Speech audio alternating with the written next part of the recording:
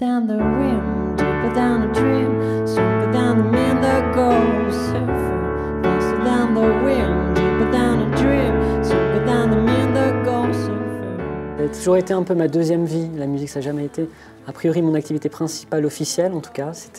Déjà j'étais dans une sorte de dichotomie d'existence comme ça.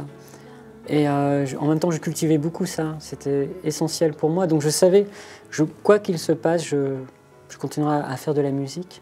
Vous venez du jazz à l'origine, c'est ça? Oui, j'en ai fait notamment. Moi, j'ai fait un certain nombre de choses. Moi, j'ai fait d'abord de la musique, enfin du piano classique enfant.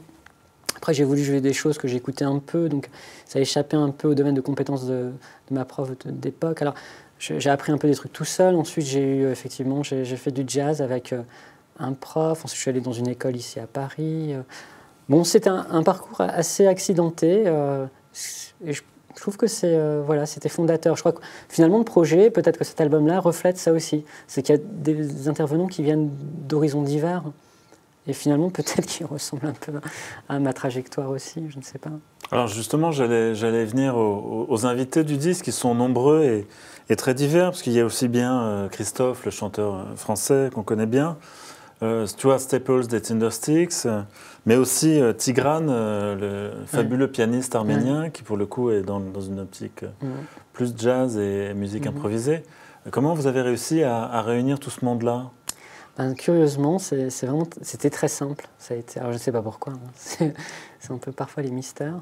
Mais déjà, je crois qu'ils étaient un choix, en tout cas profond pour moi. C'était pas du tout de saupoudrer, je veux dire, mon deuxième album.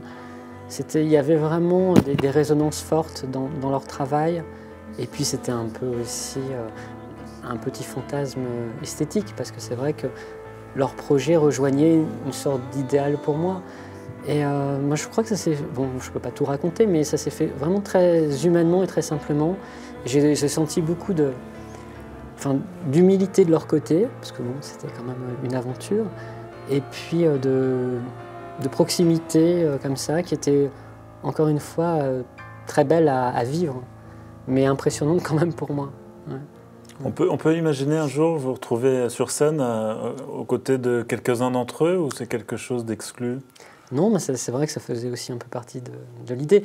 Après, c'est difficile parce qu'effectivement, chacun a un peu aussi des obligations, des fois géographiques aussi. On est tous un peu loin parfois. Mais oui, ça serait assez chouette. Je vais essayer. En même temps, ce qui est compliqué, c'est peut-être plus compliqué sur scène, c'est que sur scène, il y a déjà, on va dire, une mise en place qui se fait par le temps et la pratique. Il y a un peu des rituels. Tandis que sur un disque, on peut, je pense, plus facilement peut-être intégrer. Tandis que sur scène, il faut penser aussi au collectif. Ici, il y a un collectif qui est mis en place. Et ramener un joueur, un musicien, etc., il faut voir comment ça se passe pour ne pas nuire au collectif. Mais bon, en tout cas, si c'est une personne ou deux, je pense qu'en plus, bon, ça serait superbe. Maintenant, on va essayer, on verra bien s'ils acceptent, s'ils ont le temps. Mais ça serait, oui, un beau moment aussi. Vous allez partir sur les routes. Est-ce que ce sera dans la même configuration que pour le disque précédent? Vous allez introduire des nouveautés? Oui, il y a un certain nombre de nouveautés. Effectivement, sur la première tournée, j'étais seul, sur scène, pas sur la tournée. Mais au bout d'un moment, il y avait une forme... Je crois que je touchais aussi à certaines limites. J'en avais un peu assez. J'avais quand même commencé en 2006, tout seul. Et bon, ça a été une longue aventure, assez épuisante, parce que c'est quand même très physique, curieusement, ne serait-ce que de porter ce casque. Donc, d'accumuler les concerts, c'était à la fois épanouissant, et en même temps, je sentais qu'il me manquait quelque chose quand même. Alors, j'ai choisi cette forme de solitude, et au sein de la nouvelle tournée, j'aurais toujours ces moments un peu de solitude, et en même temps, j'avais besoin de retrouver le jeu. Quand je parle d'esprit collectif, c'était ça aussi. Donc, effectivement, je ne suis plus seul pour ce nouvel album sur scène. Vous serez combien de musiciens? Plus que 2. Ouais, on est relativement nombreux quand même.